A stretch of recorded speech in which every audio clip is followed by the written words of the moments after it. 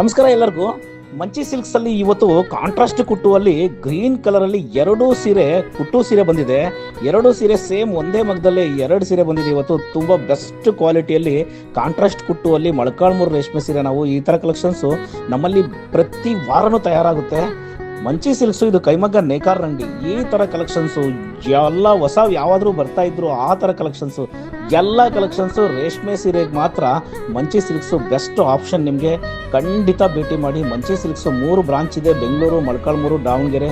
3 ಬ್ರಾಂಚಲ್ಲೂ ಈ ತರ ಕಲೆಕ್ಷನ್ಸ್ ನೋಡ್ಬೋದು. ಮಂಚಿ ಸಿಲ್ಕ್ಸ್ ಇದು ಕೈಮಗ್ಗ ನೇಕಾರರ ಅಂಗಡಿ.